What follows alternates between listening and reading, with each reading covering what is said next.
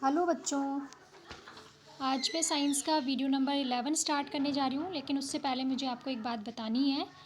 जो हमने पिछले वीडियो में चैप्टर नंबर 1 किया था बच्चों, वो चैप्टर नंबर 1 एक्चुअल में आपके काट दिया गया है। जो कुछ पार्ट आपका सिलेबस का कट हो गया, आपको पता है ना। तो इसलिए मैं आपको आज चैप्टर नंबर 2 शुरू करा रही हूँ, क्योंकि सेकंड चैप्टर आपके कंप्लीट आ रहा है। तो हम सेकंड चैप्टर डिस्कस करेंगे और कुछ चैप्टर्स में से कुछ कुछ पॉइंट कट कर दिए हैं।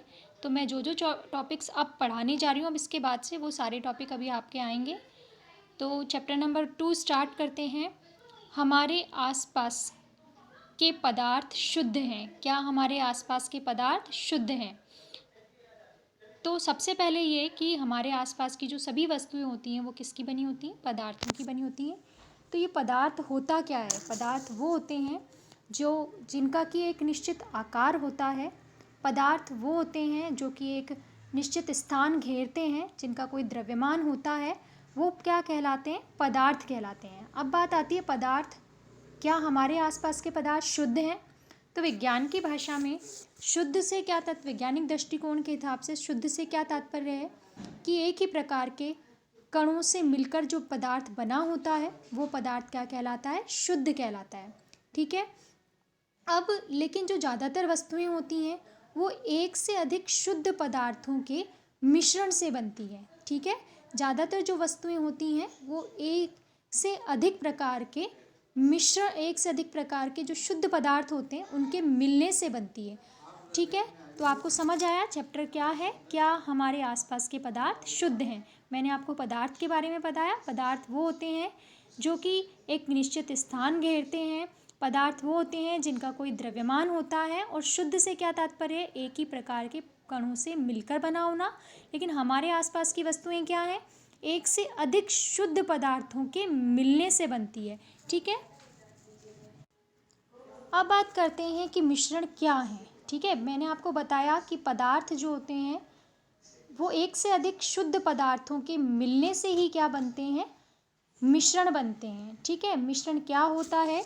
मिश्रण एक या एक से अधिक शुद्ध तत्वों और यौगिकों के मिलने से बनता है। क्या होता है मिश्रण? एक या एक से अधिक शुद्ध तत्वों और यौगिकों से मिलकर बनता है। वो क्या कहलाता है? मिश्रण कहलाता है। एक और चीज़ कि मिश्रण जो होते हैं उन्हें हम भौतिक विधियों के द्वारा क्या कर सकते हैं? अलग कर सकते हैं। जैसे मान लीजिए हमने पानी के अंदर नमक डाला और वो नमक पानी में घुल जाता है तो नमक का विलयन कहलाता है।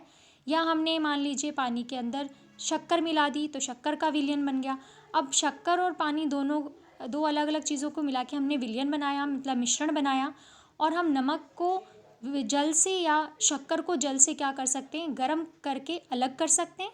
तो गर्म करके अलग करना क्या कहलाता है? भौतिक विधि है एक तरीके से, जिसमें जब हम गर्म करेंगे तो जल बाष्प बनकर उड़ जाएगा और नमक और शक्कर पुनः एक पद प्राप्त हो जाएगी।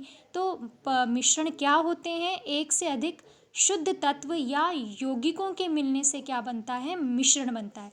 और मिश्रण को हम किसी भी भौतिक विधि से क्या कर सकते हैं? अलग कर सकते हैं। ठीक है।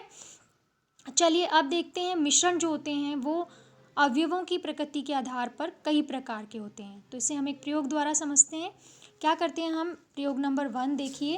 प्रयोग नंबर 1 में हम एक बीकर में 500 ml जल लेकर उसमें कॉपर सल्फेट का चूर्ण विलय करते हैं। देखो पहला बीकर में क्या लेते हैं? 550 ml जल लेते हैं और उसमें 1 चम्मच क्या मिला देते हैं? कॉपर सल्फेट का चूर्ण। एक और बीकर लेते हैं, उसमें भी 50 ml जल लेते हैं, लेकिन उसमें हम कॉपर सल्फेट के कितने? 2 चम्मच का विलय 2 चम्मच डालकर और उसका विलयन बनाते हैं। कॉपर सल्फेट क्या है? विलय। जल क्या है? विलायक।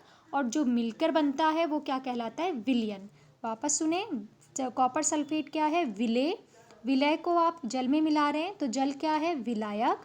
और दोनों के घुलने से जो बनता है उसको क्या बोलते हैं? विलयन। ठीक है। अब तीसरा जो बीकर लिया हमने उसमें क्या किया?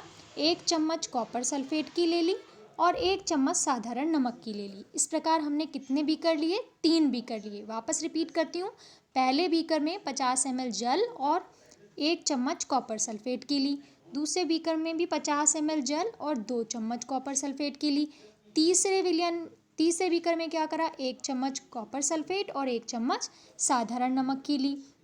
तो हम क्या देखते हैं कि जो तीनों बीकर में रखे हुए मिश्रण हैं वो भौतिक अंश जो हैं उन भौतिक अंश रूप में क्या है, पृथक है।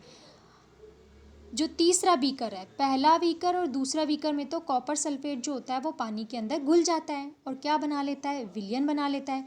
लेकिन तीसरा जो है उसमें एक तो कॉपर सल्फेट का चूर्ण है और दूसरा साधारण नमक का है। तो दोनों के अंश भौतिक रूप से क्या हैं, पृथक पृथक हैं। तो ऐसा मिश्रण क्या कहलाता है, विषमांगी मिश्रण। और ऐसा मिश्रण जिसमें विलय विलायक में पूर्ण रूप से घुल जाता है, ऐसा मिश्रण क्या कहलाता है, समांगी मिश्रण। अतः अवयवों की प्रकृति के आधार पर मिश्रण कितने प्रकार के हुए, दो प्रकार के। पहला जो कि कोई भी विलायक में विलय के जो कण होते हैं वो समान रूप से वितरित हो जाते हैं, घुल जाते हैं, और जिन्हें आप जो है साधारण विधि द्वारा अपन जिसे क्या कर सकते हो, उस मिश्रण से उन दोनों पदार्थों को आप अलग नहीं कर सकते हैं। तो वो क्या कहलाता है, छानकर या किसी तरीके से छानकर अलग नहीं कर सकते हैं, तो वो क्या कहलाता है, समांगी मिश्रण कहलाता है। ठीक है। और दूसरा वो मिश्रण जो कि जिसमें विलय जो है वो विलायक में पूर्ण रूप से नहीं घुलता है, या कोई दो अलग अलग पदार्थों से मिलकर बना है अगर कोई मिश्रण है, तो दोनों पदार्थ जो होते हैं वो एक दूसरे में मिलते नहीं हैं पूर्ण रूप से, दोनों के अलग अलग अंशों में स्थित होते हैं, तो उसे हम क्या कह देते हैं, विषमांगी मिश्रण। अतः मिश्रण के कितने प्रकार पड़े, दो प्रकार, समांगी और विषमांगी। अब देखेंगे हम एक और प्रयोग देखते हैं। हम 3 परख नली लेते हैं, कौन कौन सी, ए, बी और सी। 3 परख नली ली। एक में हमने क्या किया, थोड़ा सा कॉपर सल्फेट का विलयन, और बी में क्या लिया हमने, चॉक पाउडर, और सी में क्या ले लिया, थोड़ा सा दूध ले लिया। ठीक है। पहले में क्या लिया हमने, कॉपर सल्फेट, दूसरे में क्या लिया, चॉक पाउडर, तीसरे में क्या लिया हमने, दूध लिया। अब तीनों में हम क्या मिला देते हैं, थोड़ा थोड़ा जल मिला देते हैं। जब तीनों परख नली में थोड़ा थोड़ा जल मिलाते हैं और मिलाने के बाद हम उसे छड़ की सहायता से अच्छे से हिला देते हैं। हिलाने के बाद हम क्या करते हैं, हम उन पर टॉर्च से प्रकाश डालते हैं। जब हम प्रकाश डालते हैं तो हम देखते हैं जो परख नली ए है, परख नली ए में तो प्रकाश का मार्ग नहीं दिखता है, लेकिन बी और सी में दिखाई देता है। क्यों, क्योंकि परख नली ए के अंदर जब कॉपर सल्फेट को पानी में घोलते हैं तो वो पूर्ण रूप से घुल जाता है और एक समांगी मिश्रण बनाता है। जबकि जो बी और सी हैं, बी जो होते हैं उसमें जो विलय के कण होते हैं वो बड़े बड़े होते हैं, और विलय के कण बड़े होने पर विलायक में घुलते भी नहीं हैं, और अगर आप थोड़ी देर तक इन्हें पड़ा रखेंगे तो वो नीचे की तरफ बैठ जाएंगे, जल ऊपर हो जाएगा। तो जो है प्रकाश डालने पर अच्छे से वितरित नहीं होने के कारण प्रकाश को फैलाएंगे ये। तीसरा जो होता है वो दूध होता है। दूध दिखने में तो समांगी विलयन लगता है, लेकिन वास्तव में वो विषमांगी होता है, और जब आप उस पर प्रकाश डालेंगे दूध के अंदर तो उसका मार्ग भी दिखाई देगा। तो इस प्रकार ये 3 प्रकार के मिश्रण हुए। एक तो कौन सा हुआ, एक जो मिश्रण हुआ जो कि अच्छे से वितरित हो गया, ठीक है, समांगी मिश्रण बन रहा है। दूसरा विषमांगी के 2 प्रकार हुए, एक तो होते हैं निलंबक, तो जो बी परख नली में चॉक पाउडर वाले हैं वो निलंबक है, और तीसरी वाली जो दूध होते हैं वो क्या कहलाता है, कोलाइड कहलाता है। ठीक है। ये वाला प्रयोग समझ में आया होगा आपको। परख नली ए का जो मिश्रण है वो क्या है, विलयन है, जिसमें कि विलय के कण विलायक में अच्छे से घुल जाते हैं, इसलिए वो प्रकाश का मार्ग जो है वो प्रदर्शित नहीं करते। जबकि बी परख नली बी में बना हुआ मिश्रण क्या है, निलंबन है। परख नली सी में बना हुआ मिश्रण क्या है, कोलाइड है। ठीक है। तो दूध कैसा होता है, कोलाइड। ठीक। जब आप उसको क्या करेंगे, अगर आप उसको जो है दूध को तेज़ी से आप जो है वो करेंगे, अपकेंद्रण करेंगे, तो अपकेंद्रण करने के बाद वो उससे क्रीम अलग और जो दूध वाला पानी वाला पार्ट है वो अलग हो जाता है। तो दिखने में तो लगता है वो कि वो विलयन है, लेकिन एक्चुअल में वो कोलाइड होता है। ठीक है। अब पाठ के अंदर कुछ प्रश्न आपके दे रखे हैं, आपको इन प्रश्नों को कॉपी में करने भी हैं। ठीक है। और मैं इन प्रश्नों को आपको समझाती भी हूँ। पदार्थ से आप क्या समझते हैं, मैंने शुरू में जब प्रारंभ किया था वीडियो तो ही मैंने आपको बताया था कि पदार्थ जो होते हैं, कोई भी वस्तु जो कि क्या करती है, एक स्थान घेरती है, कोई भी वस्तु जिसका कोई द्रव्यमान होता है उसे अपन क्या कह देते हैं, पदार्थ कह देते हैं। जैसे पानी है, लोहा है, ऑक्सीजन है, धुआं है, नींबू का रस है, वायु है, ये सभी क्या होते हैं, ये सभी पदार्थ होते हैं। ठीक है। अब प्रश्न नंबर 2 देखिए, समांगी और विषमांगी मिश्रण में अंतर।